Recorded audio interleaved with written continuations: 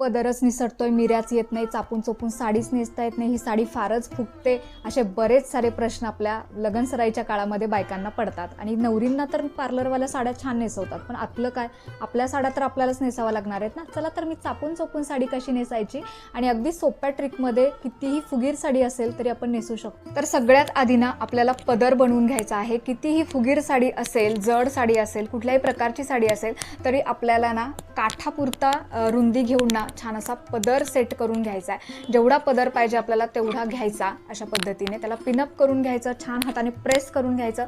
नेसत्या बाजूला ना नेहमी वरच्या साईडला एक गाठ मारायची, जेणेकरून साडी निसटत नाही आपली, जरी मिऱ्या पायामध्ये अडकल्या तरी निसटत नाही. त्यानंतर आता आपल्याला जो काही नेसता भाग आहे ना तर आपण खोचून घेतलाय आणि त्यानंतर ना जो काही पदर आहे ऑलरेडी मागच्या साईडने पुढच्या साईड करून आपल्याला तो पदर छान पिनअप करून घ्यायचा आहे ब्लाऊजसोबत. आणि जो काही वरच्या साईडने ब्लाऊजच्या इथला काठ असतो ना साडीचा, तो मागच्या साईडने अशा पद्धतीने टाईट करून घ्यायचा आणि मग निर्या घालायला घ्यायच्या.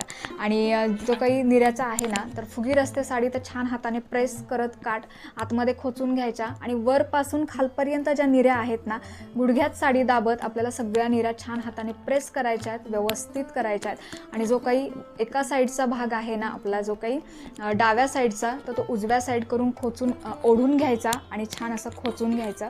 इतकी सुंदर चापून चोपून साडी नेसली जाते. अशा काही ट्रिक्स तुम्ही बघितल्या तर व्हिडिओ आवडला असेल तर लाईक, कमेंट अँड शेअर नक्की.